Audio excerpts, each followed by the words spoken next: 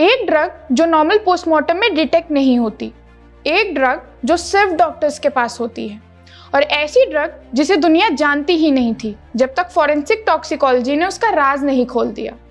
साल 2025 में बैंगलोर में एक आदमी ने यही किया अपनी ही वाइफ के साथ, और 6 महीने बाद फॉरेंसिक टॉक्सिकोलॉजी ने उसे पकड़वाया। ये है the doctor Kritika Reddy case, और आप हैं crime connect forensic investigation lab में। आप लोगों में से शायद कुछ लोगों ने माइकल जैक्सन का नाम सुना ही होगा। अपने समय का दुनिया का सबसे बड़ा पॉप स्टार। वो मरा मिला अपने ही बेडरूम में, कोई एक्सटर्नल इंजरीज नहीं, ना ही कोई ऑब्वियस कॉज। पुलिस को कुछ समझ नहीं आया। तब फॉरेंसिक टीम ने एक चीज की, टॉक्सिकोलॉजी रिपोर्ट। उन्होंने ब्लड में एक ऐसी ड्रग ढूंढी जो सिर्फ ऑपरेशन थिएटर्स में यूज होती है, सर्जिकल एनेस्थीसिया। ये ड्रग पेशेंट्स को तब दी जाती है जब ऑपरेशन से पहले उन्हें बेहोश करना होता है। वो ड्रग थी प्रोपोफॉल। माइकल जैक्सन के डॉक्टर्स ने उसे घर पर उसी दवा का इंजेक्शन दिया, और उसी दवा के ओवरडोज से उसकी हार्ट बीट बंद हो गई। और इसी दवा का इस्तेमाल हुआ डॉक्टर कृतिका रेड्डी पर भी। उसके अपने हस्बैंड ने किया, जो खुद एक डॉक्टर था। लेकिन सवाल ये था कि क्यों? उसे जानने से पहले ये जानते हैं कि फॉरेंसिक टॉक्सिकोलॉजी आखिर होती क्या है। जब किसी इंसान की डेथ होती है तो उसके ऑर्गन्स, ब्लड और टिश्यूज के सैंपल्स लिए जाते हैं। फॉरेंसिक लैब में ये सारे सैंपल्स को एनालाइज किया जाता है किसी फॉरेन सब्सटेंस के लिए।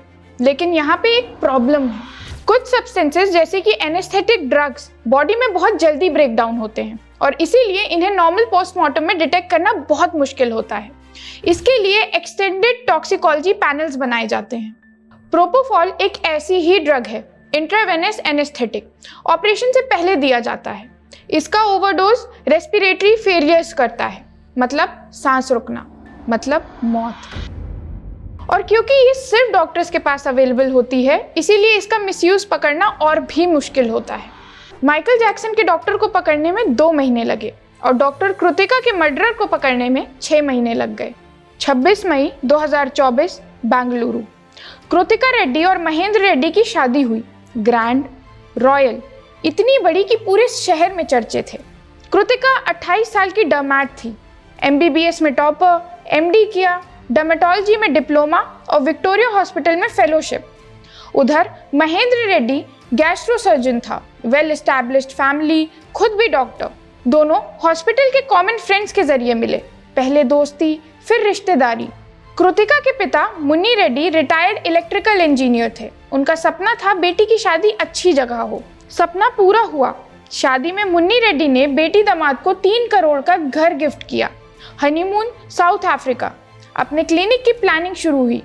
4 मई 2025 को skin and scalpel clinic open हुई थी। हर तरफ खुशियां थी, लेकिन महेंद्र के अंदर कुछ और ही चल रहा था। कृतिका शादी से पहले से गैस्ट्रिक और मेटाबॉलिक डिसऑर्डर से सफर कर रही थी।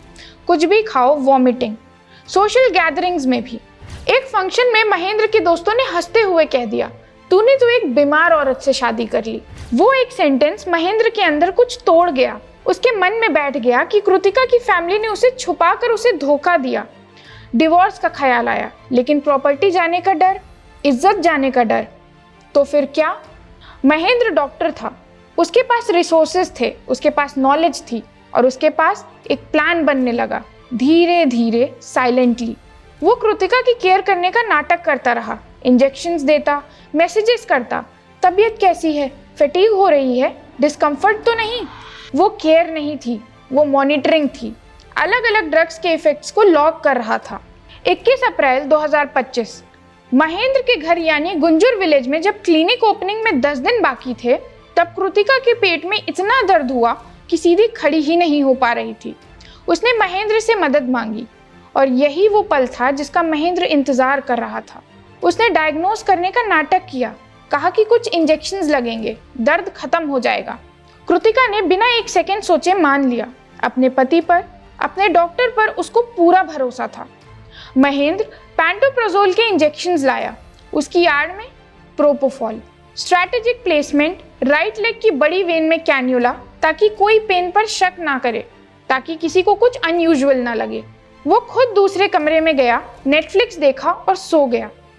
22 अप्रैल को कृतिका को उसके पेरेंट्स के घर छोड़ आया। खुद ऑफिस गया ताकि मौत वहां हो, ताकि महेंद्र पर कोई सवाल ना उठे। 23 अप्रैल को कृतिका ने मैसेज किया, कैन्युला वाले एरिया में दर्द हो रहा है, क्या निकाल सकती हूँ? महेंद्र का जवाब था कि एक लास्ट डोज दूंगा, उसके बाद कोई पेन नहीं होगा।